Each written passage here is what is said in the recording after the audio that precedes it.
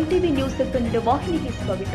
2024 ಮತ್ತು 25ನೇ ಸಾಲಿನ ದ್ರಾಕ್ಷಿ ಮತ್ತು ತೊಗರಿ ಬೆಳೆ ಸಂಪೂರ್ಣವಾಗಿ ಉದುರಿ ಹೋಗಿದ್ದು, ಹವಾಮಾನದ ವೈಪರೀತ್ಯದಿಂದ ದ್ರಾಕ್ಷಿ ಬೆಳೆಗಾರ ಬದುಕಿನಲ್ಲಿ ಬಿರುಗಾಳಿ ಎಬ್ಬಿಸಿದಂತಾಗಿದೆ.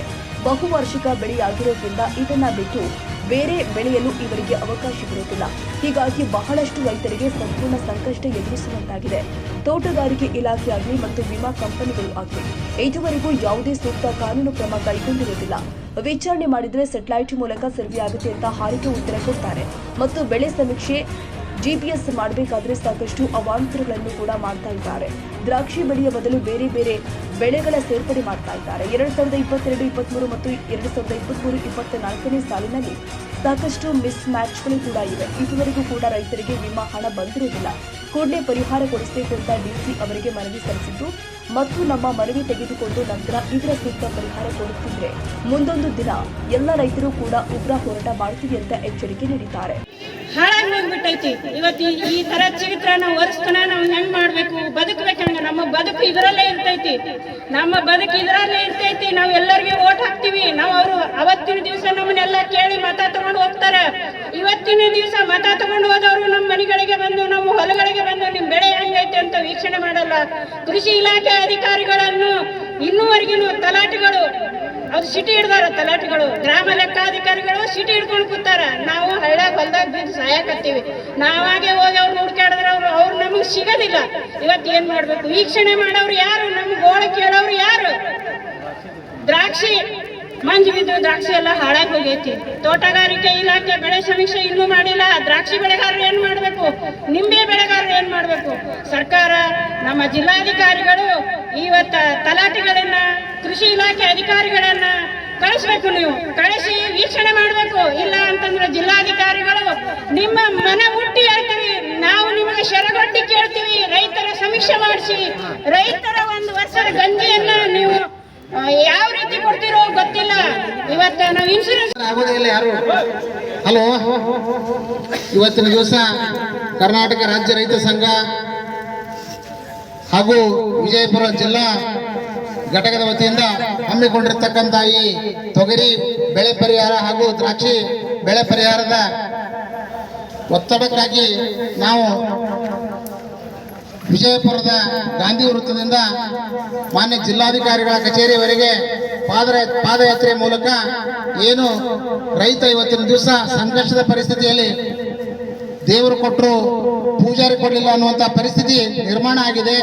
ಹಾಗಾಗಿ ಬಹಳಷ್ಟು ನಿರೀಕ್ಷೆಯಿಂದ ಎಲ್ಲ ರೈತರು ಸುಮಾರು 70% ಭೂಮಿಯಲ್ಲಿ ನಾವೆಲ್ಲ ಈ ಸಲ ಮಳೆ, ಮುಂಗಾರು ಮಳೆ ಚೆನ್ನಾಗಿದೆ ಅಂತೇಳಿ, ತೊಗರಿಯ ಒಂದು ವಾಣಿಜ್ಯ ಬೆಳೆ ಅಂತೇಳಿ ಎಲ್ಲ ರೈತರು ಕೂಡ ಆ ತೊಗರಿ ಬೀಜವನ್ನು ನಂಬಿ ನಾವು ಕೃಷಿ ರೈತ ಸಂಪರ್ಕ ಕೇಂದ್ರದಿಂದ ಬೀಜವನ್ನು ಖರೀದಿಸಿದಾಗ ಆ ಕೊಟ್ಟಂತ ಬೀಜ ಇವತ್ತು ನಮಗೇನು ಅನಿಸ್ತಾ ಇದೆ, ಏನೂ ಕೂಡ ಫಲ ಕೊಡದ ಇರುವಂತಹ ಬೀಜಗಳನ್ನ ಇವತ್ತು ನಮಗೆ ಕೊಟ್ಟಿದ್ದಾರೆ.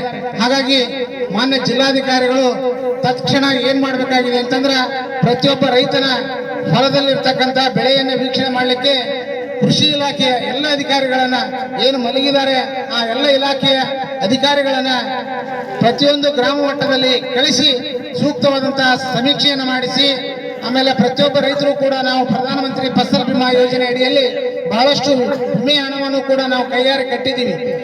ಕನಿಷ್ಠ ಏನಾಗಬೇಕಾಗಿದೆ ಅಂತಂದ್ರೆ, ಆ ಸಮೀಕ್ಷೆ ಮಾಡಲಿಕ್ಕೆ ಎಂಥವ್ರನ್ನ ಕಳಿಸ್ತಾ ಇದ್ದಾರೆ ಅಂತಂದ್ರೆ ಅವ್ರು ಏನೂ ಇಲ್ಲ, ಅವ್ರಿಗೆ ರೈತರ ಬಗ್ಗೆ ಕಾಳಜಿ ಇರ್ತಕ್ಕಂಥ, ಹೊಲದಲ್ಲಿ ಹೋಗದೇ ಇರತಕ್ಕಂಥ, ಹೊಲದಲ್ಲಿ ಹೋದ್ರೇನೆ ಒಂದು ಮುಳ್ಳು ನಮಗೆ ಬೆಳೆ ಪರಿಸ್ಥಿತಿ ಅನ್ನುವಂಥ ನಿರ್ಲಕ್ಷ್ಯ ಬೇಜವಾಬ್ದಾರಿ ವ್ಯಕ್ತಿಗಳನ್ನ ಕಳಿಸಿ ಸಮೀಕ್ಷೆಯನ್ನು ಮಾಡಿಸಿರ್ತಕ್ಕಂಥದ್ದು ನಾವು ಕಾಣ್ತಾ ಇದ್ದೀವಿ. ಹಾಗಾಗಿ ಇವತ್ತಿನ ದಿವಸ ಏನು ವಿಮಾ ಮತ್ತು ಆರಕ್ಷಕ ಸಿಬ್ಬಂದಿವರೆಗೂ ಪ್ರಣಾಮಗಳನ್ನು ಸಲ್ಲಿಸುತ್ತಾ, ಇಂದು ದಿನಾಂಕ 25/11/2024 ಮಾನ್ಯ ಜಿಲ್ಲಾಧಿಕಾರಿಗಳ ಎದುರುಗಡೆ ಕಚೇರಿ ಎಲ್ಲ ಸಮಸ್ತ ಎಲ್ಲ ರೈತರು ನಾವು ಒಂದು ಮನವಿಯನ್ನು ಸಲ್ಲಿಸ್ತಾ ಇದ್ದೀವಿ. ಆ ಮನವಿಯ ವಿಷಯ ಏನಪ್ಪ ಅಂದ್ರೆ, ದ್ರಾಕ್ಷಿ ಮತ್ತು ತೊಗರಿ ಬೆಳೆ ಹಾನಿ ಪರಿಹಾರದ ಕುರಿತು ನಮ್ಮ ಮನವಿ ಸಲ್ಲಿಸ್ತಾ ಇದ್ದೇವೆ. ಇವತ್ತು ನಾವು ರಾಜ್ಯ ಸರ್ಕಾರ ಮತ್ತು ಕೇಂದ್ರ ಸರ್ಕಾರಕ್ಕೆ ಆಗ್ರಹಿಸುವುದು ಏನಪ್ಪ ಅಂದ್ರೆ, ಆದಷ್ಟು ಬೇಗ ಈ ತೊಗರಿ ಕಟಾವು ಆಗೋದಕ್ಕಿಂತ ಮುಂಚೆನೆ ಕೃಷಿ ಇಲಾಖೆಯವರು ಮತ್ತು ತೋಟಗಾರಿಕೆ ಇಲಾಖೆಯವರು ಅಧ್ಯಯನ ವರದಿಯನ್ನು ತಗೊಂಡು ಅದನ್ನು ಸರ್ವೆ ಮಾಡಿ ರೈತರಿಗೆ ಪರಿಹಾರದ ನಷ್ಟವನ್ನು ವಿಮಾ ಕಂಪನಿಗಳಿಂದ ಆದಷ್ಟು ಬೇಗ ತುರ್ತಾಗಿ ಪರಿಹಾರ ಕೊಡಿಸ್ಬೇಕು ಅಂತೇಳಿ ನಾವು ರಾಜ್ಯ ಸರ್ಕಾರಕ್ಕೆ ಆಗ್ರಹಿಸ್ತಾ ಇದ್ದೀವಿ. ಒಂದು ವೇಳೆ ಪರಿಹಾರ ಕೊಡಿಸಲಿಲ್ಲ ರಾಜ್ಯ ಸರ್ಕಾರ, ಇದರಲ್ಲಿ ಹಿಂದೇಟು ಹಾಕಿದ್ರೆ ನಾವು ಎಲ್ಲ ಸಮಸ್ತ ರೈತರು ಸೇರಿ ಅಹೋರಾತ್ರಿ ಧರಣಿಯನ್ನು ಹಮ್ಮಿಕೊಳ್ಬೇಕಾಗ್ತದೆ ಅಂತೇಳಿ ಈ ಮೂಲಕ ನಾವು ಕರೆಯನ್ನು ಕೊಡ್ತಾ ಇದ್ದೇವೆ. ಅದಕ್ಕೆ ಅವಕಾಶ ಮಾಡಿಕೊಡಬಾರ್ದು ಅಂತ ರಾಜ್ಯ ಸರ್ಕಾರಕ್ಕೆ ನಾವು ಆಗ್ರಹಿಸ್ತಾ ಇದ್ದೇವೆ. ಅದಕ್ಕಿಂತ ಮುಂಚೆ ನೀವು ನ್ಯಾಯವನ್ನು ರೈತರಿಗೆ ದೊರಕಿಸಿಕೊಟ್ರೆ ನಮ್ಮದು 1 ಕೋಟಿ ನಮನಗಳನ್ನು ನಾವು ರೈತ ಸಂಘಟನೆಗಳಿಂದ ಸಮಸ್ತ ಎಲ್ಲ ರೈತರು ಅಭಿನಂದನೆ ಸಲ್ಲಿಸ್ತೀವಿ. ಇಲ್ಲ ಅಂದ್ರೆ ನಾವು ಇದೇ ರಾಜ್ಯ ಸರ್ಕಾರವನ್ನು ಮಾಡಬೇಕಾಗ್ತದೆ. ಆದ ಕಾರಣ ಆದಷ್ಟು ಬೇಗ ತುರ್ತು ಪರಿಹಾರ ದೊರಕಿಸಿಕೊಡ್ಬೇಕಂತೇಳಿ ನಮ್ಮ ಕರ್ನಾಟಕ ರಾಜ್ಯ ರೈತ ಸಂಘದಿಂದ ಒಂದು ಮನವಿಯನ್ನು ಸಲ್ಲಿಸ್ತಾ ಇದೆ. ಜೈ ಜವಾನ್ ಜೈ ಕಿಸಾನ್. ಜಿಲ್ಲಾಧ್ಯಕ್ಷರು ಶಂಕರಗೌಡ ಹಿರೇಗೌಡ. ಪಟ್ಟಣದ ಗಾಂಧಿ ಚೌಕ ವೃತ್ತದಿಂದ ಕಾಲ್ನಡಿಗೆಯಿಂದ ಜಿಲ್ಲಾಧಿಕಾರಿ ಕಚೇರಿಯವರೆಗೆ ಜೈಕಾರ ಹಾಕುತ್ತಾ ಬಂದು ಜಿಲ್ಲಾಧಿಕಾರಿಯವರಿಗೆ ಮನವಿ ಸಲ್ಲಿಸಲಾಗಿದೆ. ಇದೇ ಸಂದರ್ಭದಲ್ಲಿ ಸುತ್ತಮುತ್ತಲಿನ ರೈತರು ಪಾಲ್ಗೊಂಡಿದ್ದರು. ತಾಜಾ ಸುದ್ದಿಗಾಗಿ MTV ನ್ಯೂಸ್ 24/7ಗೆ ಸಬ್ಸ್ಕ್ರೈಬ್ ಮಾಡಿ ಮತ್ತು ಬೆಲ್ ಐಕಾನ್ ಅನ್ನು ಒತ್ತಿ. ತಪ್ಪದೇ ಲಿಂಕ್ ಶೇರ್ ಮಾಡಿ.